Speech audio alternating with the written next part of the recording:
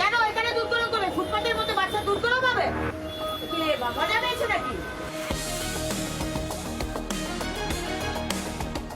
কলকাতা শহরের অন্যতম ব্যস্ত এলাকা পার্ক স্ট্রিট। ফুটপাত ধরে হাঁটলেই নজরে পড়ে প্লাস্টিকের ছাউনি আর আধভাঙা সংসারের কোলাজ।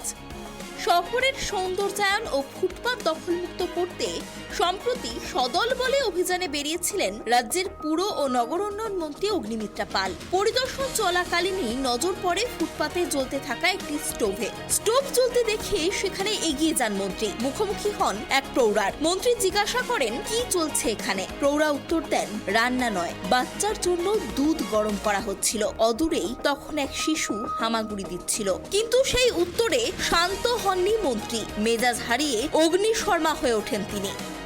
ফুটপাতে রান্না করছেন কেন? কেন এখানে দুর্গরম করবে? ফুটপাতের মধ্যে বাচ্চা দুর্গরম হবে? কি এগুলো? কি হচ্ছে? কি হচ্ছে? হ্যাঁ? এটা কি নতুন হয়েছে নাকি? নতুন কেন লাগবে? কি হচ্ছে? এটা কি সংসার পাতা হয়েছে নাকি? সংসার পাতার জায়গা? কি হচ্ছে? আপনাকে কে অধিকার দিয়েছে এখানে গাড়ি বানানোর? সংসার পাতার? আপনারা কোথা থেকে এসছেন? বাড়ি কোথায়? বাড়ি কোথায়? হ্যাঁ? তো এখানে এসছেন কেন? মন্ত্রীর এই রূপ দেখে ততক্ষণে হতবাক আশেপাশে মানুষ। পার্ক স্ট্রিটের মতো ভিআইপি এলাকার ফুটপাতে উনুন জ্বালানো নিয়ে ক্ষোভ উপড়ে দেন মন্ত্রী। প্রৌঢ়ার কিছু জিনিসপত্র সরিয়ে দিতে দেখা যায় তাকে। প্রশ্ন তোলেন, এখানে সংসার পাতার অধিকার কে দিয়েছে? মন্ত্রীর বক্তব্য, শহরকে নিরাপদ ও হকার মুক্ত রাখতে কঠোর হতে হবে। তবে এই পুরো ঘটনার ভিডিও সোশ্যাল মিডিয়ায় ছড়াতেই শুরু হয় সমালোচনার তীব্র ঝড়। যে আপনার এই যে দিদি চলে যাও না, দিদি আমরা কোথায় যাবো? আজকে দিনই 50 বছর দিয়ে এই জায়গা আছে, আমাদের স্বামী নেই, ছেলে নেই, আমাদের কোথায় যাব? বলে এটা আপনার ব্যাপার আছে। এই বলে জিনিসপত্রগুলো ছিল, হাঁড়ি বাসন বালতি সব আমি সরিয়ে দিয়েছি। এই বাচ্চার জন্য দুধ গরম করছিলেন? ওই দুধটা এনে আমি জ্বালাচ্ছি, যখন তো এইটা কী হচ্ছে? বলে দিদি আমি রান্না করি না দুপুরবেলা, আমি একটু বাচ্চার দুধ। বলে না হবে না, তুমি বন্ধ করে দাও। আমি কাঁচা দুধটা নাবিয়ে বন্ধ করে দিয়েছি। সেলাই দাঁড়াবো, স্টোভের মধ্যে দিব। স্টোভ এখন মতো ছোটো আছে দুধের জন্য। আর দিদিদের সামনে বুঝিয়ে দিয়েছি, ধরাইবি নি। ওই কাঁচা দুধ আমি যে রাস্তায় কাগজ ধরিয়ে গরম করে এই বাচ্চাকে দিয়েছি। আমি এদেরকে বলেছি দুধ আনবি না, দোকান দিয়ে দুধ চেয়ে খাইয়ে দিবি, কারণ দিদিরা মানা করেছে, কি উপায় নেই আমাদের। এখানে কত বছর ধরে আসছেন? 50 বছর দিয়ে আসছি। 50 বছর ধরে এই ফুটপাতের ওপর? স্বামী ছেড়ে দিয়েছে, অন্য বিয়ে করেছে। বাচ্চা কাচাই বোতল শিশি কুড়িয়ে কোনো দিন 200 টাকা, কোনো দিন 150 টাকা এইসব বিক্রি করি। বাস চাকরি থাকতে তো ফুটে থাকতাম বাবা। আমি একটা ঘর ভাড়া নিতে গেলে 2000-4000 ভাড়া আছে। তো আমার তো ইনকাম নেই যে 4000-5000 যে ভাড়া দিব। আর না ছেলে আছে না স্বামী আছে, তারই জন্যই ফুটে থেকে গেছে এই জায়গা। আর এই জায়গা সবাই, এই জায়গা দিয়ে সবাই যা বলবে কি আমি এই জায়গা থাকি। আমি ঘর দরজা বানিয়ে না, এরকম খোলা বৃষ্টি আসলে বি এই জায়গা পড়ে থাকি। এই বৃষ্টিতে বা রোদ্দুরে এই রাস্তাতেই থাকে? এইরকম না ছড়, না তিরপাল দিই, না প্লাস্টিক ঘিরে থাকি না, কারণ হোটেল আছে। আমরা বি একটা জানি মানুষজন হোটেল আছে, যে ঘর বানানোর জায়গা না। এরকম ভিজে টিজে কোনা ধরে বসে থাকি। ভোটার কার্ড, আধার কার্ড সমস্ত আছে? আমাদের সব জলে ভেসে গেছে লকডাউন মধ্যে। প্যান কার্ড ছিল, আধার কার্ড ছিল, তো জল হয়েছিল লকডাউনে, তুফান গাছগুলো সব ভেঙে, তারই মধ্যে আমাদের সব ভেসে চলে গেছে। এখন আপনাদের কাছে নথি কিছু নেই? না, আমি বলছি, ফির বলেছি ও পার্টিতে, বলে ঠিক আছে একটা কর্পোরেশনে ভোটটাই হতে দাও, করে দেবো। কাকে বলেছেন এটা? পার্টিতে যে আমরা কি আমাদের কোন পার্টিকে? আমরা যে কালাঙ্গা মধ্যে হ্যাঁ? কংগ্রেস কি পার্টি নেই, ওই ধারে ওই জায়গায় যেয়ে বলেছি। বলে ঠিক আছে, হারিয়ে গেছে বলে জলের মধ্যে। বলে থানাতে, না থানাতে যেয়ে বলবো। স্যারকে বলেছি, বলে रुक जाइए हम कर देंगे आपको। पर यहाँ का एड्रेस था? हाँ सर यहीं का एड्रेस था हमारा, किरानी मशीन का। কোথায় যাবো? ওই ধারে ধরে যে রাস্তা ধারে বসে থাকবো, কি করবো? এতদিন ধরে আছেন, কি সাধারণ মানুষের কি আপনারা অসুবিধা করেছেন? না, কেউ অসুবিধা করিনি। কার মায়া লাগলো, কি 100 টাকা দিয়ে গেলো, 200 টাকা, এরকম কেউ আমার আজকে মদত করতো, তো ওই পয়সা নিয়ে ঘর বাড়ি নিয়ে নিতাম। ঘটনার পরদিনই রাজনীতির পারদ চড়তে শুরু করে। মানবিকতার খাতিরে ও মন্ত্রীর ব্যবহারের প্রতিবাদে ঘটনাস্থলে হাজির হন বেলেঘাটা তৃণমূল বিধায়ক কুণাল ঘোষ। তিনি ক্ষতিগ্রস্ত ফুটপাতবাসী সীতা মল্লিকের সঙ্গে কথা বলেন, খোঁজ খবর নেন। তাদের নতুন মাথা গোঁজার ঠাঁই করে দেওয়ার আশ্বাসও দেন কুণাল ঘোষ। ফুটপাত জবরদখল মুক্ত হওয়া উচিত, কিন্তু আমাদের আর্থসামাজিক পরিস্থিতিতে তার একটা মানবিক মুখও থাকা উচিত। আমরা কখনো মন্ত্রীকে দেখছি বন্যা কবলিত এলাকায় জলে ডুবে থাকা জায়গায় বোটে ঘুরে বলছেন মানুষ ডুবে আছেন ঠিকই, কিন্তু কি অপূর্ব প্রাকৃতিক সৌন্দর্য বলে গান গাইছেন। এটা হতে পারে না। ফুটপাতে আছেন, থাকেন এই বাচ্চা নিয়ে মানুষ ফুটপাতে, তারা কেউ স্বেচ্ছায় ফুটপাতে নেই, ওনাদেরও ইচ্ছা করে কোনো ঘরে থাকার। গরিব কেউ শখ করে হয় না। মাননীয়া ম্যাডাম অগ্নিমিত্রা পাল গরিব কেউ শখ করে হয় না। উনিও চান না ওনার এই বাচ্চা নিয়ে এই বৃষ্টির বাদলের মধ্যে এই ফুটপাতে সেখানে দুধ গরম করে খাওয়াতে। পুনর্বাসনের ব্যবস্থা করুন।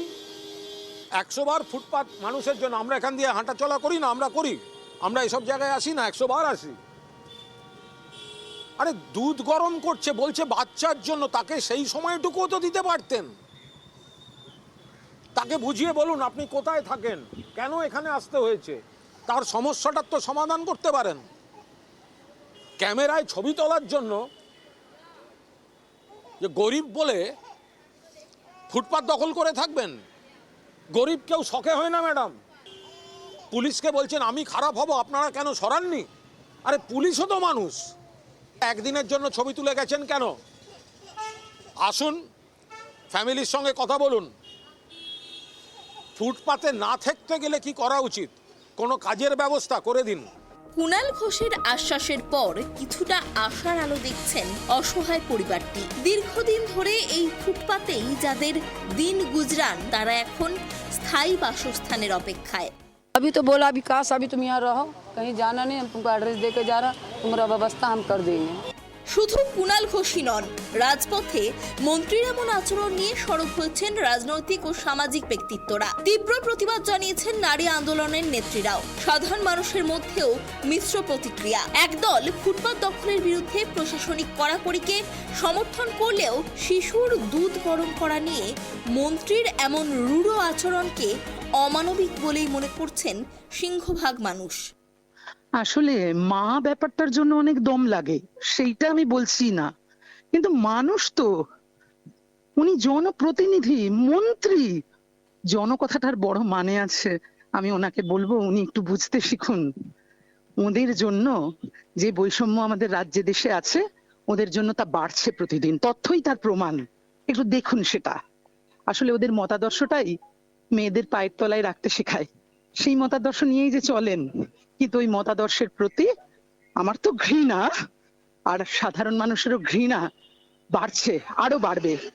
এ চলতে পারে না, নিন্দা জানানোর কোনো ভাষা নেই। শহরের পথ চলতি সাধারণ মানুষ ও স্থানীয় বাসিন্দারাও এই ঘটনায় নিজেদের মতামত ব্যক্ত করেছেন। ফুটপাত ফাঁকা করার প্রয়োজনীয়তা যেমন রয়েছে, তেমনি গরিব মানুষের পুনর্বাসন ছাড়া এমন পদক্ষেপ কতটা যুক্তিযুক্ত তা নিয়ে উঠছে বড় প্রশ্ন। এটা তো আর বিদেশ বিভূতি নয় যেখানে লোক সংখ্যা কম। আমাদের বহু সংখ্যার লোক, বহু লোক, এত লোক কোথায় যাবে? তাদের তো কিছু করতে হবে। বাসস্থান নেই, ঠিকভাবে খেতে পায় না, একটা রোজগার নেই, করে তো খেতে হবে। কোথায় সব ঠিক যে হাঁটতে পারছে না, পারছে, ঠিক আছে। আমরা একে অপরকে যদি না দেখি তাহলে কি করে হবে? একে অপরকে তো দেখতে হবে না। এরকমভাবে হাঁটিয়ে দিলে মেরে দাও, ধরে মেরে দাও, জেলে পুড়ে দাও, খুন করে দাও, এ করে দাও, এটা জানি না এটা কতটা ঠিক হচ্ছে। মানবিকতা ব্যাপারটা চলে যাচ্ছে। আমি সে মনুষ্যত্বটা সব থেকে বড় ডিপেন্ড করে যে একটা বাচ্চার যখন দুধ গরম করছে সেখানে তাকে কোনো কিছু না বলে তার দুধটাকে ফেলে দেওয়াটা এটা ঠিক নয়। এটা আমার কাছে মনে হয়েছে এটা উনি ঠিক করেননি।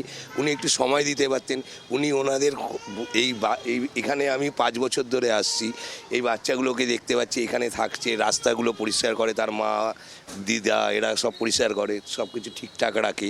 হট করে উনি আসলেন, এসে মনে করলেন যে আমি সরিয়ে দেব। তো এটা মনে হলো যে উনি কোনো কিছু আগে ঠিক না করলে এই জিনিসটা এরকম করে করাটা ঠিক হয়নি। ওনারা এটা ব্লক করে নেই, আর ওনারা তো যখনই বলে সবাই সরে যায়। আমরাও এখানে থাকি, বাচ্চাগুলো খেলে দেখি, সব পরিষ্কার রাখে, আমাদের তো ভালোই লাগে, আমাদের তো খারাপ লাগে না। হট করে উনি এসে একদিন এসে ঠিক করে নিল, সেটা তো ঠিক নয়। এখানে থাকে ওরা প্রায় 6-7 বছর ধরে আমি এখানেই দেখছি ওরা থাকছে, এখানেই থাকে, এখানে ঘুমায়, সব কিছু এখানেই করে, ছোটো বাচ্চা নিয়ে সব এখানেই থাকে। অ্যান্ড সেকেন্ড থিং, আমি এখানে ডেলি আসা যাওয়া করি, এরকম কি আছেন এবার উনি যখন ভাবেননি আমি কেন। কিন্তু সে মতো শত শত গৃহহীন মানুষের জীব থমকে থাকে এক চিলতে প্লাস্টিকের নিচে। মন্ত্রীর কড়া মনোভাব আর বিরোধীদের মানবিক আশ্বাসের মাঝে দাঁড়িয়ে এখন একটাই প্রশ্ন, রাজনৈতিক কাজিয়া মিটে গেলেও কলকাতার ফুটপাতবাসীরা কি সত্যিই পাবে মাথা গোঁজার স্থায়ী ঠিকানা? পার্ক স্ট্রিটের পাশেই ফ্রি স্কুল স্ট্রিট, সেই ফুটপাতের মধ্যেই, ফ্রি স্কুল স্ট্রিটের ফুটপাতের মধ্যেই এক পরিবার বসবাস করেন এবং তারা বেশ 3-4 জন মিলে এখানে থাকেন। এবং গতকাল যে চিত্র আমাদের ক্যামেরায় ধরা পড়লো, যে রাজ্যের মন্ত্রী অগ্নিমিত্রা পাল এলেন এবং একজন মা তার শিশুদের জন্য যখন দুধ গরম করছিলেন, তখন তিনি কার্যত হুঙ্কার দিয়ে বলেন যে এইগুলো এই রাস্তার মধ্যে করা যাবে না, তাদের তৎক্ষণাৎ সরে যেতে বলেন। এইগুলো এখানে কি হচ্ছে, বারবার অগ্নিমিত্রা পালকে দেখা যায় প্রশ্ন করতে যে কি হচ্ছে এগুলো, পুলিশকে নির্দেশ দেন যাতে এদের এক্ষুনি সরিয়ে নিয়ে যাওয়া হয়। কিন্তু এনাদের বক্তব্য, এই পরিবারটির বক্তব্য যে তারা এখানে দীর্ঘ 30-40 বছর ধরে আছেন, রোদ্দুর হোক বা ঝড় বৃষ্টি কখনোই তারা কিন্তু কোনো রকম প্লাস্টিক ত্রিপল দেন না, বা এখানে তারা এক সাইডেই বসে থাকেন। এখন প্রশ্ন হচ্ছে যে রাজ্যের মন্ত্রী একদিন এলেন এবং এখানে তৎক্ষণাৎভাবে এই একটি পরিবারকে দ্রুত সরে যাওয়ার নির্দেশ দিলেন, তাদের কোনো রকম পুনর্বাসনের বা তারা কোথায় যাবেন সেটা ঠিক না করে দিয়েই এইখানেই প্রশ্ন উঠছে যে তিনি এমনটা কেন করলেন। এবং রাজ্য সরকার বা দপ্তরের তরফে যেটা বলা হচ্ছে যে এই যে ফুটপাতগুলি রয়েছে সেটা তিনি দখলমুক্ত করতে চাইছেন এবং নগরের সৌন্দর্যায়ন যাতে হয় সেটার ব্যবস্থা করছেন তিনি। এখানেই বক্তব্য উঠে আসছে যারা ফুটপাত দিয়ে হাঁটাচলা করেন এবং এই রাস্তা দিয়েই যারা দীর্ঘ 5-6 বছর ধরে যাচ্ছেন, তারা বলছেন যে এই পরিবারটি এখানে থাকে, তাদের কোনো অসুবিধা হয় না। এবং পরিবারের তরফেও দাবি করা হচ্ছে যে তারা যেখানটা থাকেন সেখানে তারা অত্যন্ত পরিষ্কার করে রাখেন এবং তারা কিন্তু কোনোভাবেই যারা ফুটপাত বা পথচারী রয়েছেন তাদের অসুবিধা করেন না। এবং সাধারণ মানুষের অসুবিধা করা তো দূরের কথা, সাধারণ মানুষ তাদেরকে দেখে তাদের যদি দয়া হয় তাহলে 200-400 টাকাও তারা দিয়ে যান। এই প্রশ্ন উঠছে যে এই পরিবারগুলিকে রাতারাতি বা হঠাৎ করে সরিয়ে দেওয়ার যে নির্দেশ দেওয়া হচ্ছে মন্ত্রীদের তরফে, সেটা কতটা ভালো চোখে দেখবে সাধারণ মানুষ। ক্যামেরায় স্বপন রায়ের সঙ্গে অভ্রদীপ দাসের report, KTV Bangla, park street.